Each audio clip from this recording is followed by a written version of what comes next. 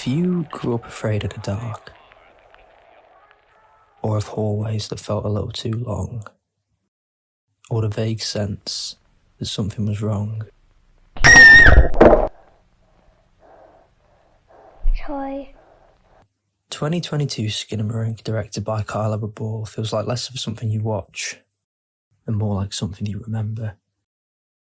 Many ideas can be interpreted from what we are presented with, and I don't think there's been a piece of media I've watched recently I felt like something had been taken from me. If you strip it down to its core, the horror of Skinamarink is the horror of childhood. The film places us at a literal low angle. The camera hovers near the floor. We see ceilings, corners and door frames. Faces are unheard of and obscured. The perspective is unmistakably childlike. The two children we follow, Kevin and Kaylee, we're not watching them. We're in the house with them. And this is important because childhood fear is fundamentally different than adult fear. As adults, we fear consequences. Death, loss, failure. We fear the unknown without understanding it. We don't have context. We don't have control. We don't have the language to explain what's happening. And this is shown throughout the movie.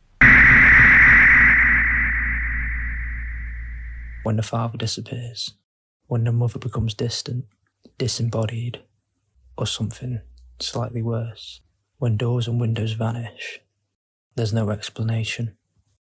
And that lack of explanation is key. Children don't get exposition, they get confused. The horror here is the terror of being small in a world that suddenly stopped making sense. The disappearance of the parents is one of the more saddening elements of the film. It's the quiet removal of parental safety. At first, we are aware of the father's presence, and then he's just gone. Their mother exists, but within fragments, a distant voice, a presence in the dark. The film plays on one of the most primal childhood fears. What happens if your parents aren't there when you need them?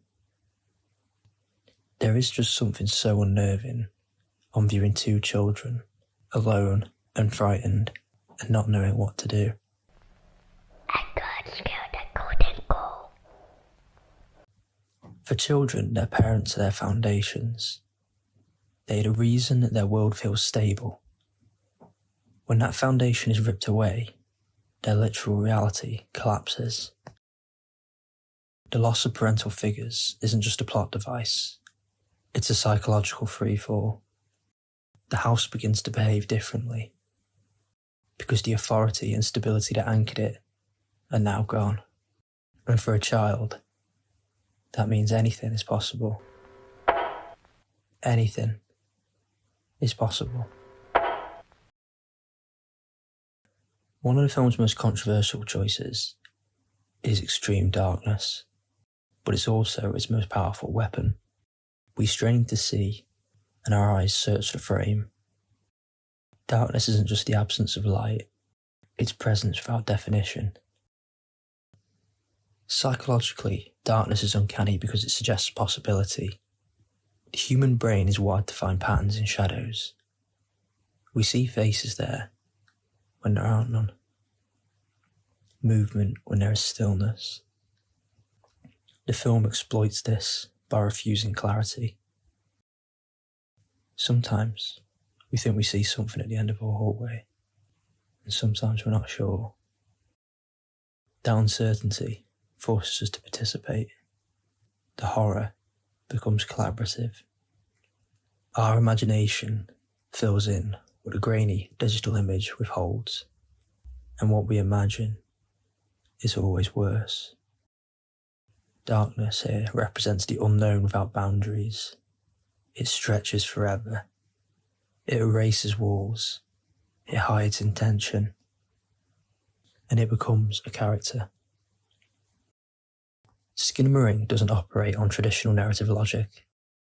It operates on dream logic.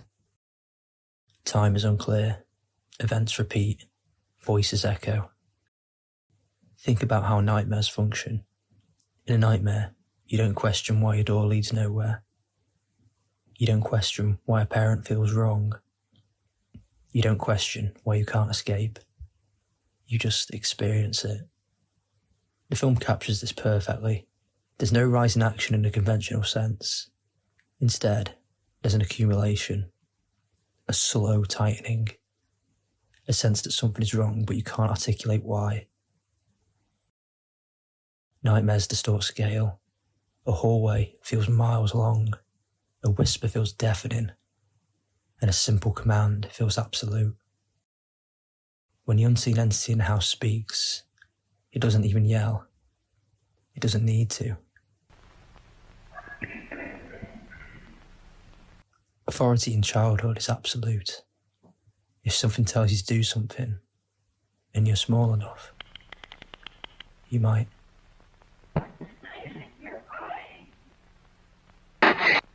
That power imbalance is the true nightmare structure of the film. What makes Skinamarink so disturbing is not just something malevolent may be present. It's that the children are powerless against it. They can't leave, they can't call for help, they can't fully understand what's happening. And when you're a child, obedience is ingrained. If a voice in the dark sounds like your mother, you're going to listen. There's something inherently disturbing about watching characters who just can't fight back. Not because they're weak, but because they're incapable of asserting control. The film traps us in that same helplessness. It's just endurance. And that's what childhood fear often is. Endurance. Waiting for morning. Waiting for footsteps in the hall. Waiting for the nightmare to finally end. Kevin and Kaylee are technically together, but they're profoundly alone. The film creates isolation not by physically separating them, but by fragmenting the communication. They whisper, they hesitate, they repeat questions, and there's no explanation. Because the house itself feels infinite and dark, the space between rooms feels enormous. Isolation doesn't require physical distance. It requires uncertainty. Even when the children sit side by side, the void around them feels endless. For many viewers, Skinamarink feels boring. Others describe it as one of the most terrifying films they've ever seen. There's no in between. I think that divide exists because the film doesn't scare you with spectacle. It scares you with recognition. If you've ever woken up in the middle of the night, feeling like something was watching you, felt the uncanny shift, then Skinamarink taps directly into those memories. It bypasses adult rationale, speaks to something older, something pre-verbal. The fear of being small, the fear of being alone, and fear that the place meant to protect you no longer can. So what is the true horror of Skinamarink? It's regression. The film drags us back to a psychological state where we have no control. It forces us to inhabit childhood vulnerability in its rawest form, and then it takes away the one thing that makes childhood survivable, the certainty that someone bigger is in the next room. When that certainty disappears, the house becomes infinite. The darkness becomes alive, and we are small again.